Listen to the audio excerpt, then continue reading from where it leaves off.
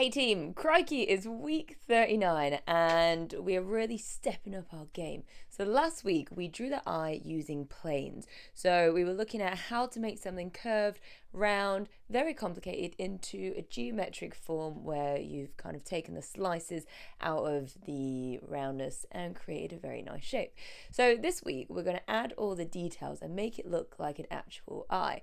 So it might be worth just watching the video to see how it's done, because I'm not going into all the details of how to do lashes and eyebrows, but instead I'm blending a lot of the edges and pushing the shading really dark.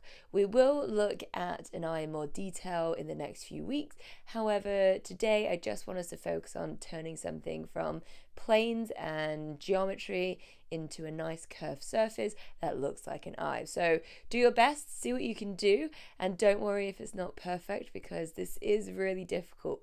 So grab your pencils and let's get started. So the first thing we want to do is start to soften our edges.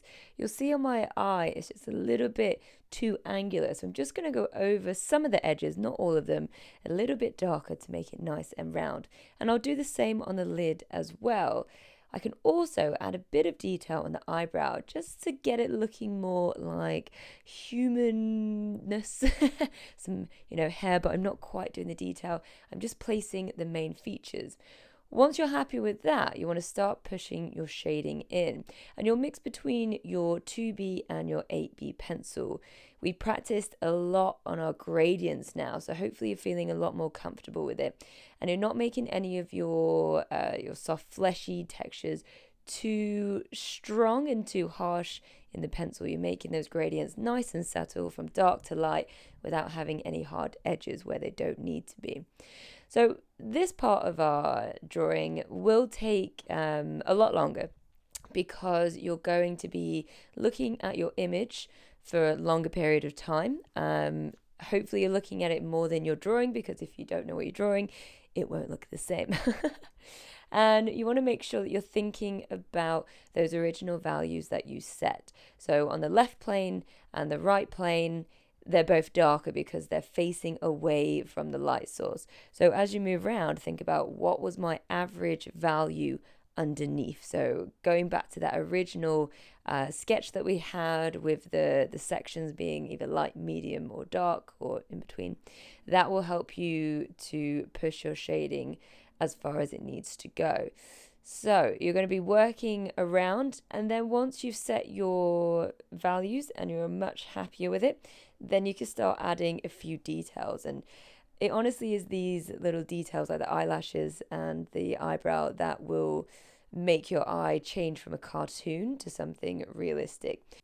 Now, I know I haven't really gone into a huge amount of detail with the finishing touches of the eye, because to be honest, it's a whole big lesson in itself, and I will approach this later on in the year, because this month is all about planes and trying to make something look a bit more organic and curved using those geometric shapes. So don't worry, we will look into it and we will see how we can make your eye look even more 3D, but hopefully by watching my demonstration you are able to pick up on the change and how it looks and kind of the steps that we need to take to get there. So this doesn't have to be perfect, this eye. It's just a means for us to practice drawing in a different way, looking at it from a different angle, and hopefully getting fairly similar results. If you love that lesson and you want to find out more, head on over to Patreon, where you can support me for just £3 a month and get more access to more content.